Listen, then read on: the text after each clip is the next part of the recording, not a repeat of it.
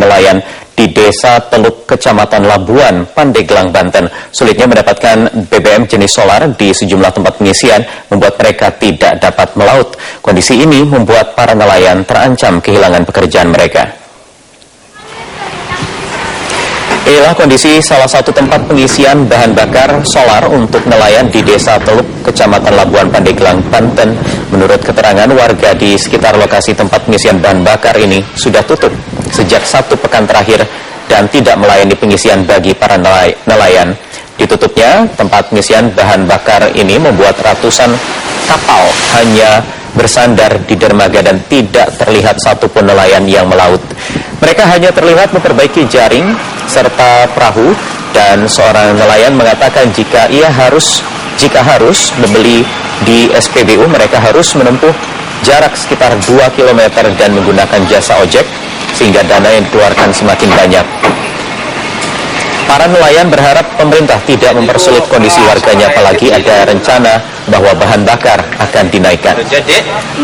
Ya udah jadi. Solarnya ditaikin. Ya agak susah sih nelayan mah. Parah gitu.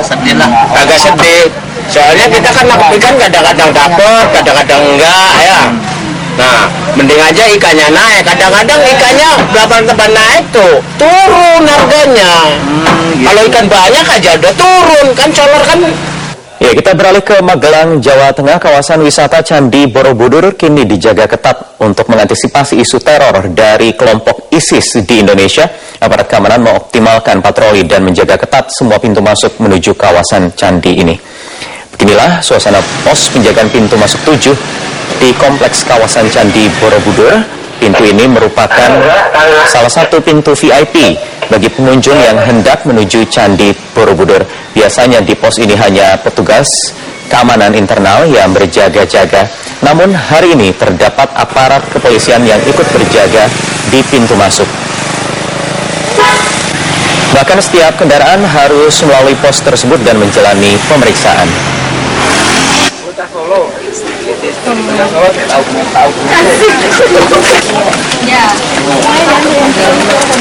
Dua tersangka korupsi perjalanan dinas DPRD Kota Lamongan tahun 2012 kembali dilantik menjadi anggota DPRD setempat periode 2014-2019. Pihak sekretariat mengatakan pelantikan tetap berlangsung sambil menyesuaikan surat keputusan gubernur.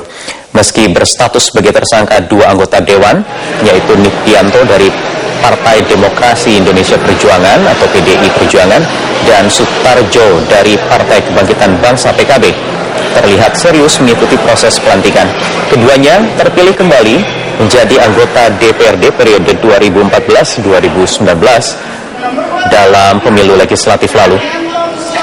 Sementara 3 tersangka lain yang gagal kembali menjadi anggota DPRD dan tetap menjalani proses, yaitu Sulaiman dari Partai Amanat Nasional, Fahtur, dan Jimmy dari Partai Golkar. Sekretariat DPRD Kabupaten Lamongan membenarkan kedua tersangka kembali dilantik menjadi anggota Dewan periode mendatang. Terkait kasus korupsi yang menjerat mereka, pihak sekretariat DPRD Kabupaten Lamongan menyerahkan kepada pihak kejaksaan yang menangani kasus tersebut.